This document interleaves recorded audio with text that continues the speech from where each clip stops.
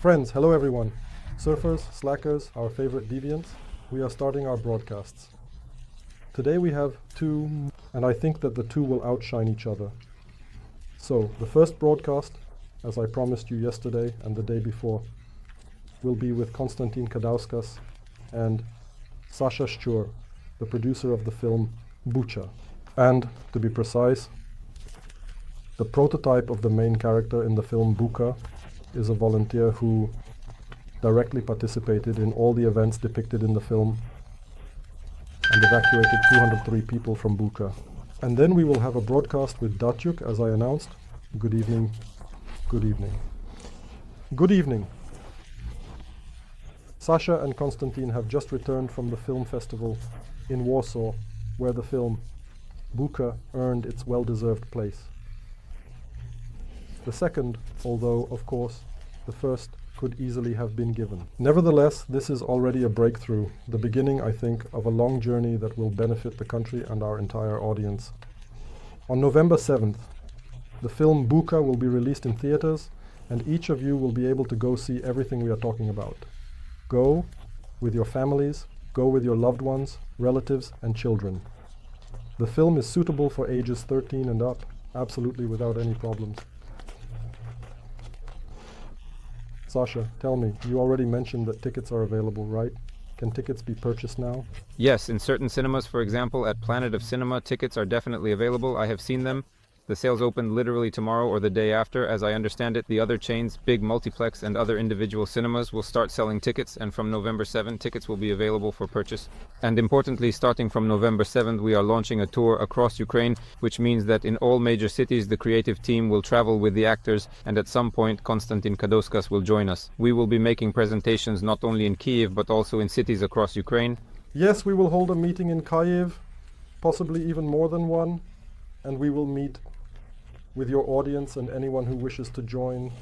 It should be lively enough for us to talk, so to speak, after the premiere, to capture the first impressions and for you to share yours with us as well. So, we just have to wait a little longer. Today is the 25th, and everything will start on November 7th. And I called this broadcast Operation Bucha, how a Kazakh saved 23 Ukrainians, because in fact, there are numerous insinuations surrounding Bucha. Especially the Russians, every time Bucha comes up, they immediately deploy a bunch of bots to spread all these tales about moving corpses, claiming that it's all made up, that it's all Britain, and other nonsense. But since both I and Konstantin are connected to Bucha, and Konstantin has truly performed a feat for which the state should express its gratitude appropriately, everything that happened there also had the character of a special operation on the part of Russia. Because before the broadcast, when I was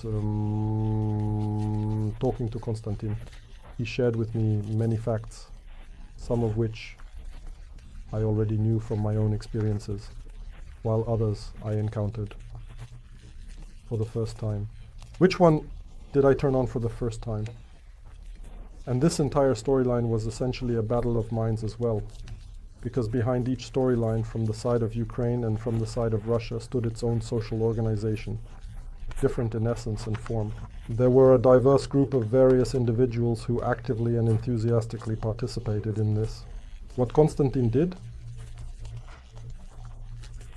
is a powerful act of will, where a person determines for themselves on which side they are willing to sacrifice their life. And in modern civilization, in contemporary everyday life in the West, a person never faces this in life. When you need to simply make a choice to move forward, to overcome these fears, where to push yourself to overcome these fears, and I am absolutely very glad that Sasha Shchur's team was able to tell this story, because it truly deserves to be broadcast to the whole world. At the film festival in Poland, one of the senators of the Polish parliament stated that they knew about Bucha, but they did not know the specific storyline, the specific story, and they were simply shocked. We will do everything possible to support this. That's why I invited Konstantin Gadauskas and Sasha Shchur so we can talk. about various nuances, including autobiographical aspects, so that people understand this is not a fictional story. What is shown in the film is, for the most part, mostly 80-85% based on real people and retold by eyewitnesses. Sasha will also discuss. I spent a lot of time filming, capturing all these stories, and so on. This is a feature film based on real events like Schindler's List, The Pianist, and other famous films. This story deserves to be talked about a lot. I believe it will help Ukraine defend its interests.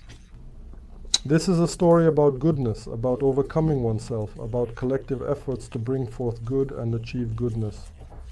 And therefore, in general, in our terrible era, it seems to me that this ray of light provided by the film Bucha deserves every kind of broadcast, every kind of animation, and every kind of expansion. Thanks to Konstantin and Sasha, we received this tool, and today we will talk about it. So, let's start with this. Please tell us how you ended up in Bucha. As a citizen with Kazakh citizenship, you are not Kazakh yourself. I am not Kazakh. They call me Kazakh because I am a citizen of Kazakhstan. How did you end up in Bucha? And how did your life, in fact, unfold in Bucha before the war? I arrived in Bucha 6 months before the full-scale war began. With one goal, I wanted to enjoy the flights of the Maria. I saw how it flies, and it is over Bucha. And when I had the opportunity to buy my own home, I traveled a lot. Not only Bucha, I was in Izhorod, I was in Barbary. And Bucha seemed to me the most beautiful place where I would like to live. Essentially, I was there. Well, I am also happy that I live in Ukraine. But those 6 months before the war were very happy for me. Yes, we have very good infrastructure and very good people living next to me. And that's how I ended up in Bucha. And actually, here it is. The expectations of war, or the feelings of war when it appeared. Because Haida spoke about Haida, who also had a broadcast with us. I recommend everyone to watch it. She is a representative of the GUR. She does not work directly in the GUR, but collaborates with them. And she was, in fact, instrumental in facilitating your excursions to the occupied territory when that happened. She said that she had a completely clear understanding of what would happen, and that she, in principle, started to prepare you there, whether morally or in some way, to say that this situation might occur perhaps a few weeks before the invasion. I met Gaida when the events in Kazakhstan were happening. You probably all remember, it was in January when Russian troops were also suppressing the revolution, the people who took to the streets. At that time, my friends in Kazakhstan were essentially facing a death threat. At that time we met with Gade, and Gade, well, without any mutual agreements, helped us back then. And so we communicated closely at that time because everything was developing so rapidly. And the same FSB, but only in Kazakhstan, were looking for my friends to eliminate them, for daring to stand up against the authority that is pleasing to the Kremlin. I wasn't prepared for the war. When the war came, I had nothing. Refrigerator. And I have already told this story about how I stood in line for bread. So, to be honest, I was not ready for the war. There were probably difficulties, because my life was not easy, and there were many challenges in it, to be afraid of death. Well, death is inevitably inevitable. The point is when it will come into our lives. What seems scarier to me is what you did to her. Well, I mean, you could have done something, but you got scared and didn't do it. That's scarier. Well, then you just have to live with that. Well, it is important to clarify that the film shows that you were tried in Kazakhstan, and that at the film festival, questions were also raised about why you left there. It seems that you were involved in human rights activities, as I understand. In 2019, there was a power transition. It was not an election, and the coalition that I led was actively involved in it. After that, there was persecution. Some of my associates did not even live to see the trial. And I think that history will judge this case, as they say, these events. It will indeed set forth what was actually presented at that time. I made the decision because I realized that my efforts could no longer bring the desired results or positive effects, and my life would simply pass by in vain. And so I left Kazakhstan.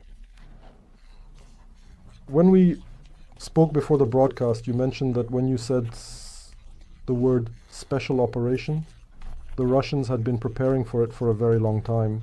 That is, you must understand that what happened in Bucha was not some kind of spontaneity where someone just lost their nerves, some buryat, and they started taking everyone down left and right. And within a month, they destroyed 1% of Bucha's population, essentially, because before the war, about 50,000 people lived there. And in this month, they managed to kill somewhere around 450, 430, 450, a little more, about 500 people. They would have killed more if those people had been in Bucha. Many really managed to leave. And among those who stayed there, it can be said that very many were affected in one way or another. If people were not killed, then they experienced moral violence, and so on. In other words, it cannot be said that there was... No, they treated everyone the same with the desire to destroy. And I have seen this not just once, as they say, we weren't greeted with flowers, and we didn't have any warm conversations. Every time they suspected something, they did so with suspicion. From what I observed regarding the people I transported in cars, they treated everyone, including the elderly and children, with suspicion. But when I talked about the fact that this is a special operation, that people were infiltrated there, they were infiltrated in advance, several years before all the events. Because when I lived in Bucha, at one point we started to notice that there were many displaced persons from Russia. That is, they started living there, buying apartments and everything else. But I became very cautious. I think this looks like some kind of infiltration operation, right? Where are our law enforcement agencies looking? And so Konstantin said that even in his house lived future members of the DRG who lived long before.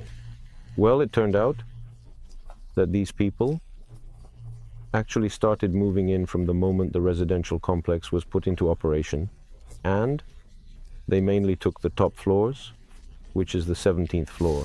As far as I know, there is no residential complex in Bucha above, and then the residential complex is located 3.5 kilometers from Hostomel Airport. So everything is absolutely within reach.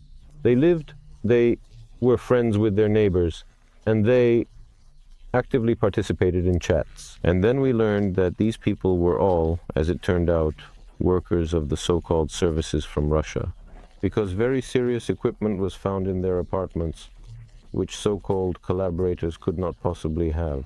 Moreover, preparations were made, not only at the level of special operations forces, but also at the level of infrastructure that would accommodate soldiers.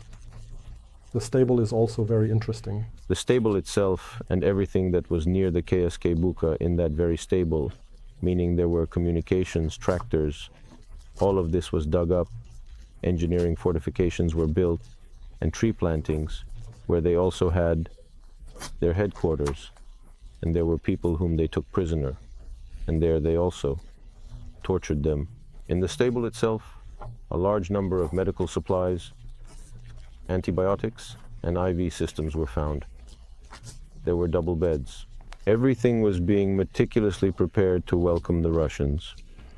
Therefore, they approached it systematically, as they prepared for this for years.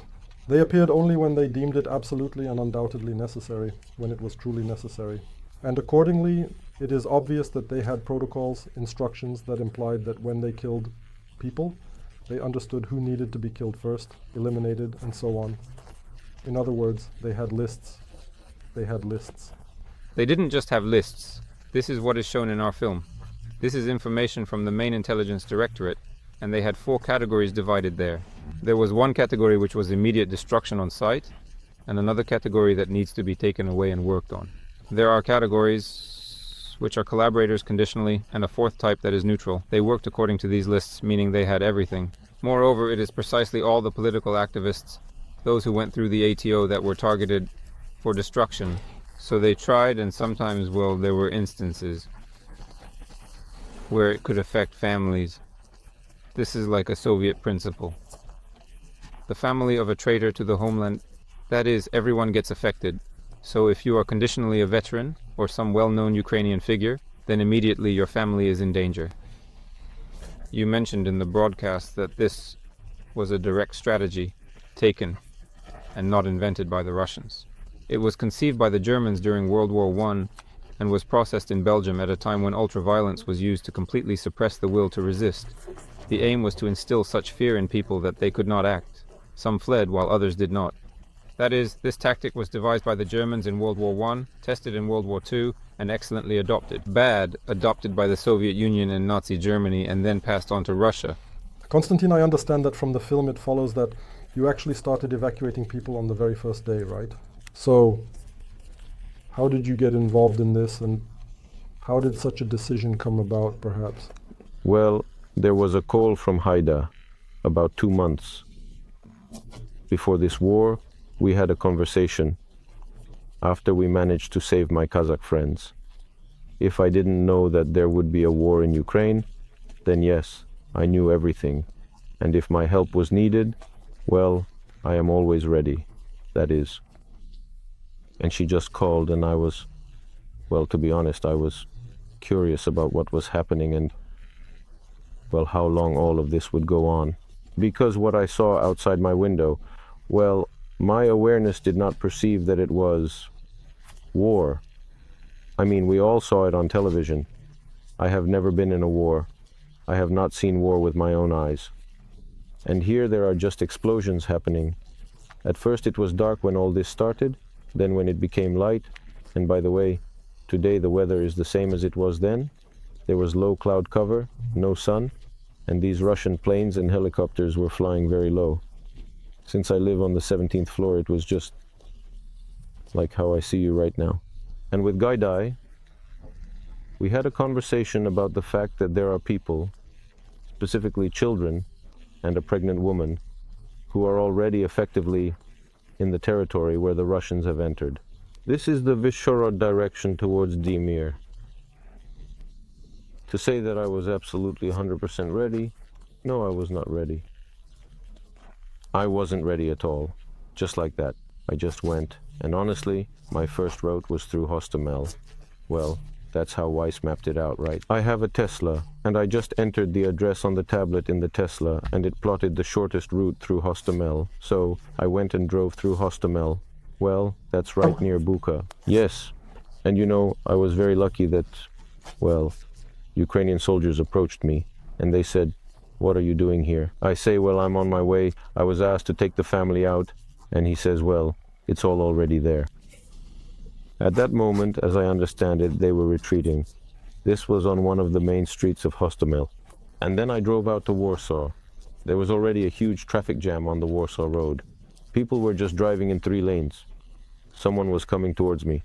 I took a very long time to get through Vyshhorod, so it turns out I was traveling. That was my first meeting with the Russians. They didn't have checkpoints back then. They were just riding around on their snowmobiles. Yes, and they stopped me. I asked, "Who? What?" I say, "Well, I am a citizen of Kazakhstan. I am going for my family." It was all spontaneous. That is, this story is like this. I am going for my family. So, you didn't have a well-thought-out legend?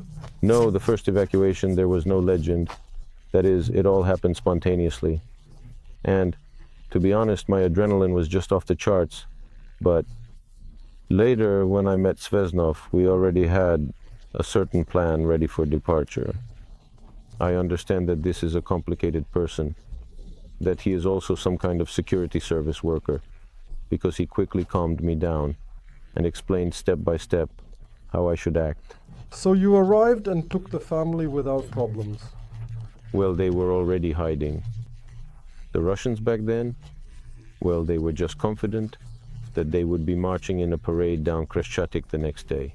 That is, They weren't really that attentive, probably until then. And then no one was going there.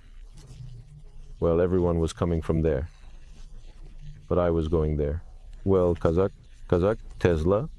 Well, they were certainly surprised by Tesla because they might have seen it for the first time. This standard question that just drove me crazy my whole life. How long does it take to charge, right? And the Russians also asked about it. We have another funny standard question about the company. In America, when a closed screening is done, everyone asks you who Elon Musk paid for the advertising. I say, well, he's probably the last person who paid us for advertising. Well, it's just really real. Considering the recent discoveries and daily conversations with Putin. Tesla was actually my little boyhood dream when I came to Ukraine. I took a long time to pay for it. I paid off the last debt on my loan in December. And I felt very hurt when she was no longer there. What happened to her? Well, it blew up. She blew up and... You are about to summarize half of the film. Well, you will see that in the film. I'm also grateful to one person. I cannot name him. But this person is connected to the special services. I consider him my godfather because he saved me.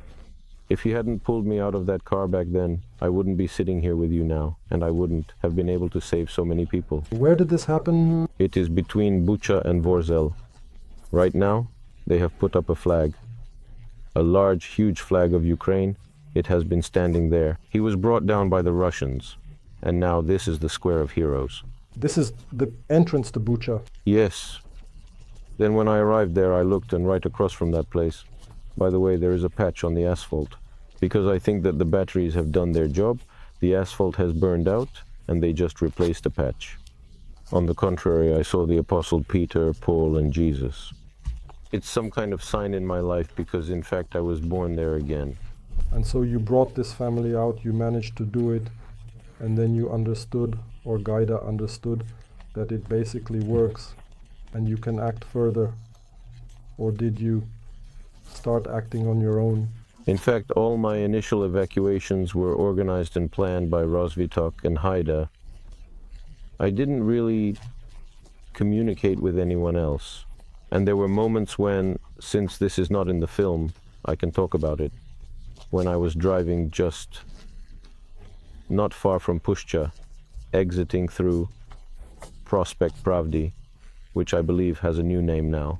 It's so dark, and then there's this sound of artillery, such a shot, and I find myself just on the asphalt, face down.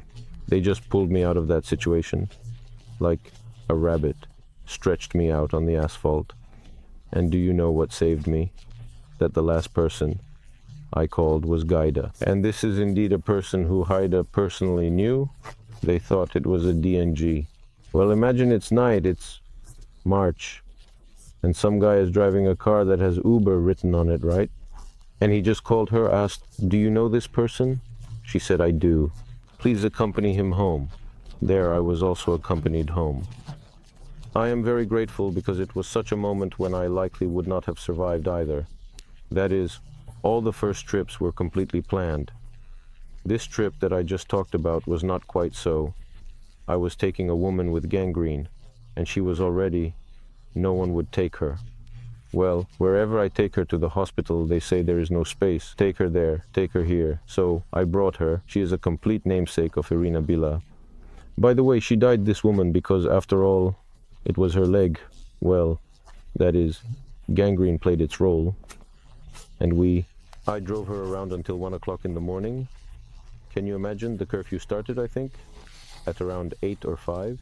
And so, just after I was able to leave her at the hospital, something like this happened to me.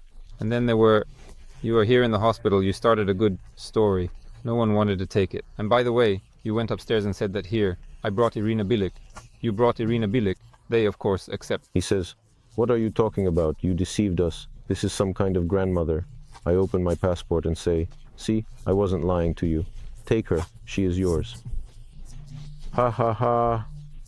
Well, what can I say? Thank goodness she was there, she was being treated, but then, after 6 months, she was gone. Friends, don't forget to like the broadcast. It's best to do it right now. Because, well, It seems to me that the revelations and stories being shared are worthy of being seen, heard, and understood by everyone in Ukraine, to realize that there are such people among us. By the way, the audience is writing just that. Therefore, it depends on you. The more people learn this story, the more successful the film Bucha will be at the box office. The more people in the world will know these stories, and the easier it will be for Ukraine to fight against Russia, for its existence. You have crossed the line of contact multiple times. I am there almost every day, which is essentially the case. They have already been there for work, and they started to recognize you. They somehow identified you. Yes. I had a red jacket. They knew me as the crazy Kazakh because of the red jacket. Well, that's how they asked. There was also a certain rotation among them. People changed at the checkpoints. Well, they often asked the question, "Why are you coming here?" You know, there have been questions when I just couldn't answer anything at all. I mean, I didn't know how to respond. Well, the question is what motivates me to do this for Ukrainians, for Nazis, for Bandera supporters, as they said. I say, you know, well, God says, if you understand how to do good and do not do it, you are sinning. Well, that is a commandment. I do this because God said so. Well, I am a believer and was born into such a family. And I told them, I say perhaps, well, you are believers too. You are Christians as well. And there were moments when, well, this FSB officer, he just told me one day, it was a bit, yes, in the second half of March, that's it. You won't be coming here anymore. If you do, we will kill you. And I brought to the church that day. There was a church. Well, it still exists now. They were feeding people there, cooking. Women stayed there. There were no men. No. This is in Vorzel. In Vorzel. And I just tell these women, they say, when you come, there are such medicines. I say I won't be able to come anymore. The boss prohibited it. He said today is the last day. Then they say, well, we will pray for you. Go ahead. And they even gave an icon. Although I am not a supporter of icons, this icon has been with me to this day.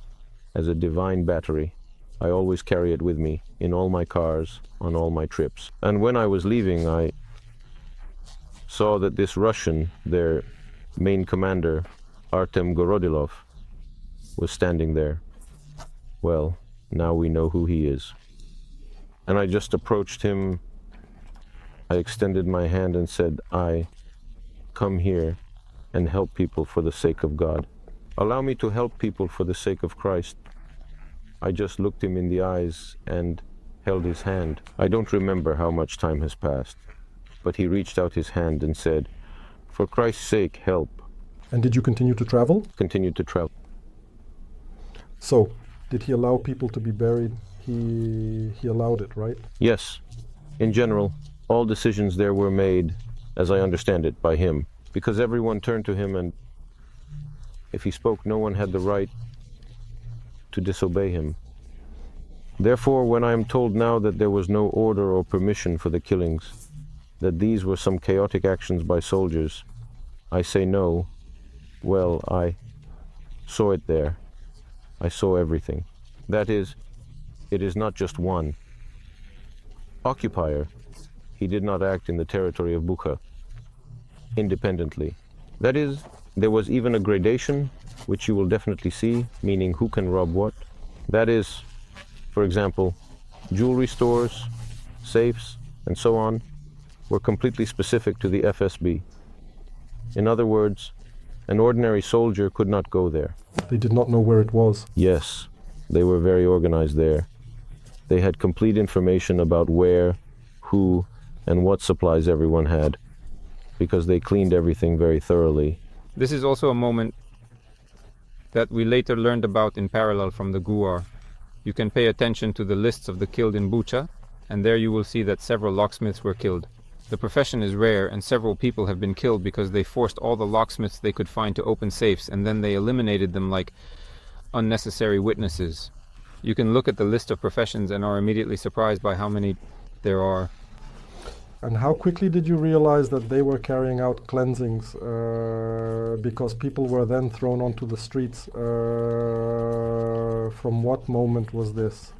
Because at the beginning we clearly communicated with all our friends who remained at the start of March, and when we were helping to pull out that girl Sasha, we realized that they were really shooting people and there was chaos happening there.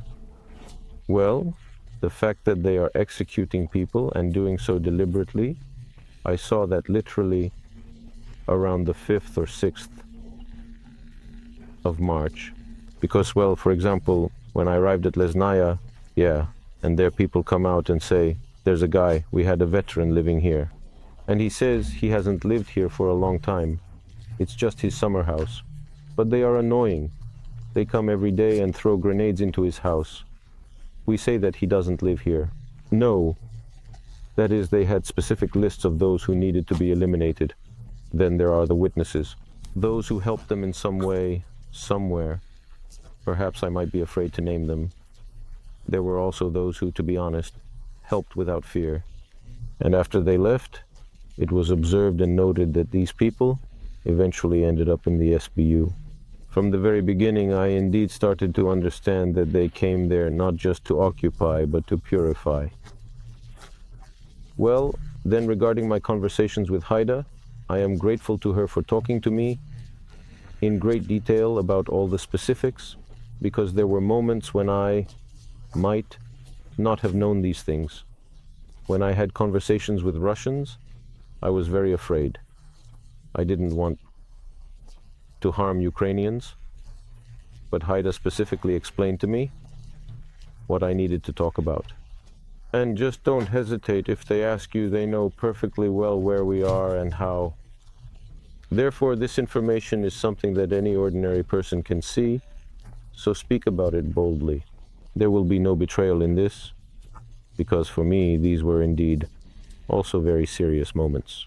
Well, when the conversation turned to what was happening in Kyiv, I said, well, NATO is already there. And I could just see their pupils dilate. I say, there are Latinos, there are black people, there are some Mexicans. I say, they speak in different languages. I say, I really haven't seen any Ukrainians around for a long time. It seems to me they all left somewhere in Transcarpathia, drinking coffee and watching how you all are managing here. I mean, I just saw even the officers. It seemed like their pupils were dilated. Yo, we're with NATO. I said, well, yeah, you're fighting with NATO. There were talks on personal life. I also understood that this was a certain test, and I am grateful that I was prepared for these questions as well, meaning where I lived and where I studied. This preparation involved a lot of effort and time, ensuring that I was ready for any inquiries about my background, including my place of residence and educational history. I even mentioned my address to them. I understood that everything was being checked. And the most important thing, when my first trips were, I don't have that now. But back then, I had 2 phones. One is completely Ukrainian, the other is completely Kazakhstani. There I have Telegram channels related to Kazakhstan. Well, all the news that is connected to Kazakhstan. And the number is from Kazakhstan. The second phone is completely Ukrainian. Also, I think I deleted my old second Facebook account last year. And I had an old Facebook account of mine that was written in Cyrillic. I think that also played a role, because there was nothing about Ukraine there. In the hall, there was nothing about Ukraine, right. And that phone, because they have it with everyone. They carefully examined the correspondence found on the phone, looking at what the person was subscribed to, and what content they were viewing. This could have played a role in whether they lived or did not live. Because they literally killed a guy just for not unlocking his phone. Here is a red background, a red flag, a red and black flag, and that's it. They shot him in the forehead just for the wallpaper on his phone. You said that you were very scared there, right? Well, it's essentially a constant kind of stress because, as I understand it, you were afraid every time. It's impossible to go there. Essentially, every time you go, you're heading towards certain death, and you don't know what might happen to you, despite the fact that some relationships have developed and they have somewhat identified with each other. But this is war, so they are also in a very unstable emotional state. So how did you overcome this fear? what gave you the strength to overcome this fear? Well, my faith in God. My dad was alive then. He passed away on Easter in 1922. Well, his heart recovered, even though he was young. My father and I would simply get down on our knees in the morning and pray before I left. And I knew that while I was there, my father was praying for me, and that helped me. I mean, when you go there, you go alone. There's no one in the car. And you know, this gray zone was 7 kilometers from Shpitika, from one checkpoint to the checkpoint at the entrance to Mikhailovo-Rubezovo. And there are also such, turns, like in Chervony Khutor. If you've been there, you know there are these long turns. And so you drive, and in order to overcome this fear, you just pray. I prayed with the Psalms of David. Yes, I have known them since childhood, and I still know them. And I simply prayed with the Psalms of David. I was at the assembly then and now, when, there was such a great presence. And this helped me, because the most important thing that I did not want to show the Russians, I did not want to show them fear. I did not want them to see it in me. And as I got closer to the Russian checkpoint, I tried to relax more, smile, yes, show that everything was just great for me, and that nothing was happening here at all. I just came out here to get some bread, yes, and happened to run into you. So I was setting myself up like this every day, because they derived great pleasure from seeing fear in people's eyes.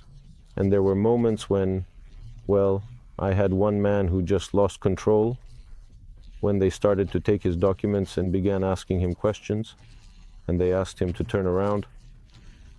Well, that's probably a normal reaction for a person. And he thought that they were just going to kill him. He wet himself, and they laughed about it for a long time. That is, they derived pleasure from it, although, the man was about 60 years old, already of that age.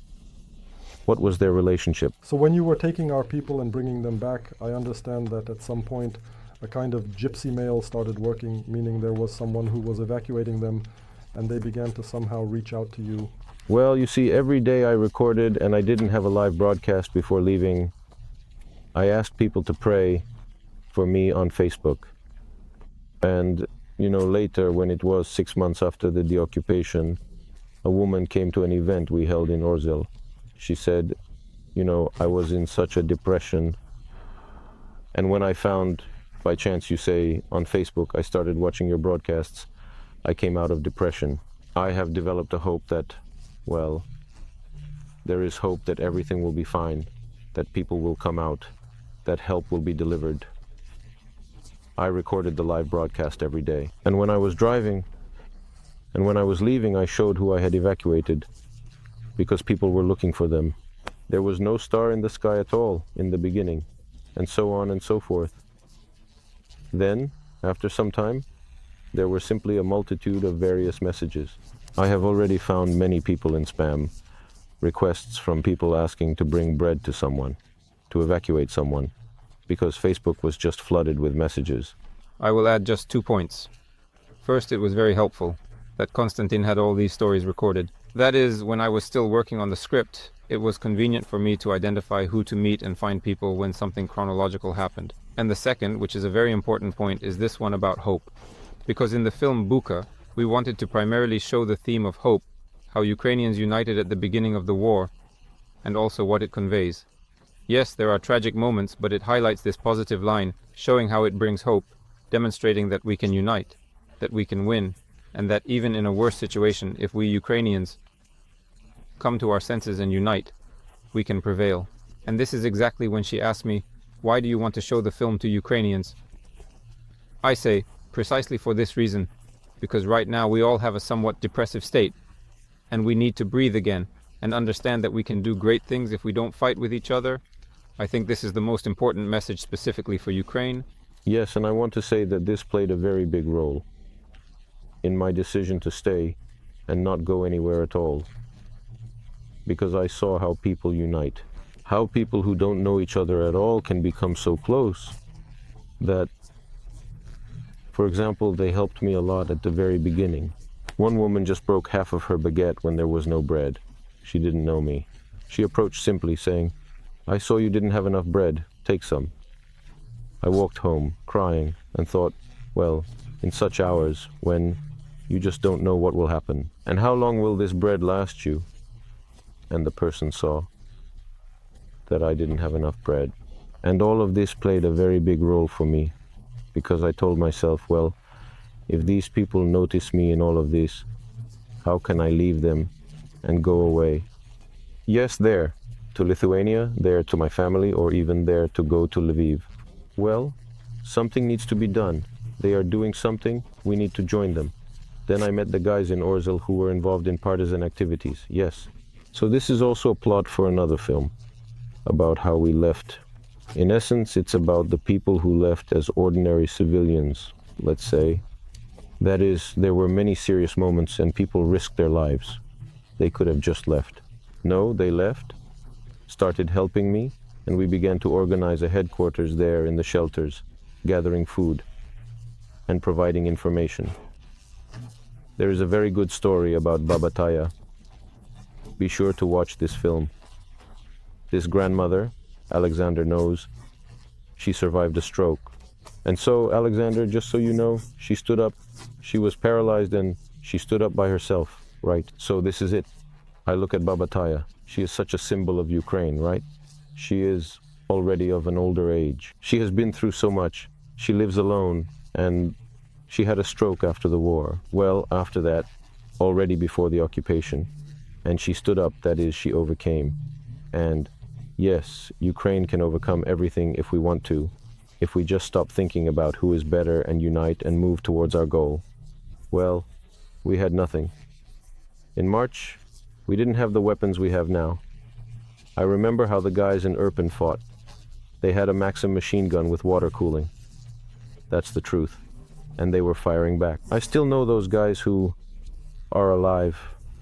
Well, we managed back then. And we can manage now. And I definitely think the film is exactly what will inspire people to step out of their comfort zones. Well, for example, I have not returned to the life I had before the war, and I will only return when the war is over, because I want to live in Ukraine. Friends, please like the broadcast. More and more people are watching us, and I see that what Konstantin and Sasha are saying resonates. I think this is what needs to be said right now, as many are in a state of depression, because what Konstantin talks about is, it seems to me, very uplifting for Ukrainians. And I also wanted to ask you this question while listening to you. That moment when people got into your car and you started driving them back, I don't know how much you noted these psychological aspects, because perhaps there wasn't time for that. But when people probably began to feel that they were coming out of this nightmare, this horror, how about me? How about me? What was in their behavior? How they felt when they sensed they were crossing over to our side through this gray zone? Yes, what was breaking through in them? Can you recall those moments? I remember, and I will probably remember the faces of these people for my whole life. I first saw them in the rearview mirror of the car, then the people who were sitting next to me. I just saw how, at first, there was such fear when we passed one Russian checkpoint, then another Russian checkpoint, and then we were driving, and in the distance, at that checkpoint in Shpitiki, there stood a Ukrainian flag. And there, it turns out, you turn off the Zhytomyr road, and like this, well, probably about 500 meters, and there in the distance is that yellow blocked flag. I just saw, well, I'm going to cry now too. I also cried with the people. Every time, every day, they just cried. Well, they cried, and there was such happiness in their eyes. They were just happy to see, somewhere far away, the Ukrainian flag. It was as if, this huge happiness was turning around. That is, the happiness of being at home. I have never truly experienced what I went through with those people back then. And then these hugs, I transported a lot of dogs and cats that were with people, and one dog, a chocolate Labrador, when we were already in Sofivska Boshchahivka, loading the things in the parking lot. He broke free from his owner and just jumped right at me like this. Can you imagine? I even felt this from the dog. Yes, from the dog. Even the dog understood that it was home. and it is just grateful for having escaped from that hell. And honestly, I will tell you that I often miss the year 2022, because back then we were one family. It was easier for me then than it sometimes is now. And I tell people every time, don't read those news, don't watch them. So-called marathons. Just remember how we survived in 22, how we already won back then. We can do it again if we all come together. Well, after that I don't know what to add. I think there's nothing more to add. Once again, I think we will have a real meeting with Konstantin when the film Bucha is released on November 7th. I simply ask everyone to like this broadcast as much as possible and to spread it. Then, when it is released on November 7th, everyone should go to the cinemas to watch it. Because what Konstantin says, I, as someone who has watched it 5 or 6 times, I don't remember how many times, gives such new dimensions. And most importantly, you understand that Sasha and his team, they absolutely managed to convey all of this. Paradoxically, because I heard many things for myself that were shown in the film.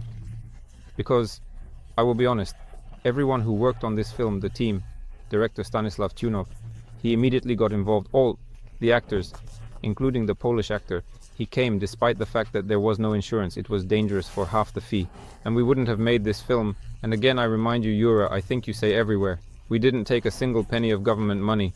We proved that a film can be made through donations and private investments. And in fact, Yura helped a lot at the studio when we asked for money. At the festival in Warsaw, a lot of help was received from the people over the week. In other words, this is a truly grassroots film. And that's why the attitude towards it is, like it's our own, like it's from the people, rather than how it often is with us. Yes, that's why I want to say that what Konstantin is talking about is precisely the restoration of the strength that Ukrainians had back then. And that together, through such collective efforts, drawing from the real feet that I simply want to bow before you, I want to say that all of Ukraine will bow before you and will always be grateful for what you have done. If we bring this into our everyday life with such a level of relationships, then everything will be fine. I believe that during these March days, despite the heavy context in which both Konstantin and all of us found ourselves, that is precisely when the Third Republic was formed, to which we must, in the end, come. That social model of human relationships, where people simply gave each other bread, lent apartments for use, just like our friends lent to us. Apartments, we had several sets of keys, and when we returned to Kyiv in early April, it was impossible to live in Bucha, because the electricity was turned off. There was no light, no water, nothing. So they just gave us a few bunches of keys, and we could go to Kyiv and live in whichever apartment we wanted. Well, you never forget that. A feeling of freedom, despite the entire nightmare of what is happening. It really was a nightmare. But it was truly a feeling of freedom when suddenly an unimaginable horizon opens up before you. This is human nature.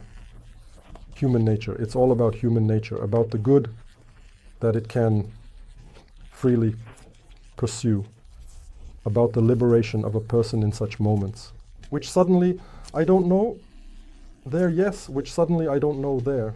A peasant, a worker, a doctor who could never have thought that there was anything heroic in him and that he was capable of it, suddenly began to perform such heroic deeds that they raise the hair on the back of your neck from thousands of kilometers away when you simply touch upon it. And this film gives a sense and understanding of all of this. And I highly recommend to you, I insist that each of you who watches this broadcast take 10 of your people, 20 of your close ones, and go watch it. You won't regret it. And despite the fact that many are afraid to confront these traumatic feelings, this film actually offers a way to overcome the trauma that many have, as it provides the light that is currently emanating from Konstantin Gadauskas, which in fact saved over 200 people.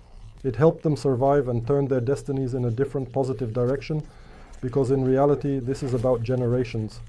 Thanks to those who survived all of this, thanks to people like Konstantin, because it wasn't just Konstantin who acted, many other people acted, helped thousands, tens of thousands. People helped each other, and this gave life to the generation ahead. After decades, centuries, people can say that thanks to these individuals, thanks to these actions, life has been prolonged. The Third Republic and our society must be about life. We must break free from this constant martyrdom of perpetual suffering, complaining about each other, over lost opportunities. When to gain perspective, you simply need to act and turn to God, as Konstantin did. Even enemies, even the most cynical enemies, undoubtedly pay tribute to such incredible strength of will and such a steadfast position, because this position deserves the widest and most human respect and admiration. I think this way, yes, I definitely invite everyone to the cinemas. You will find yourself there. You will find yourself in this film, because this is a film about all of us, about those who were there at that time, not only in Bucha, but throughout Ukraine. I think even those who lived outside of Ukraine saw how we indeed united and won. We won in Berezno. Well, we will win again now. Amen. With this we conclude. We had a wonderful broadcast. Sergei Arkadyevich looks at me with his classic trademark squint. He is already looking at me. When we start our next broadcast, it will be right now. Don't switch channels. In a few minutes we will begin our segment with Konstantin Gadauskas, the prototype of the hero from the film Bucha, who is, in fact, the hero himself. Alexander Shchur, the director of the film Bucha. Screenwriter and producer. Director Stanislav Tayuna. A huge thank you from our viewers. Goodbye. Director Stanislav Tayuna. A huge thank you from our viewers.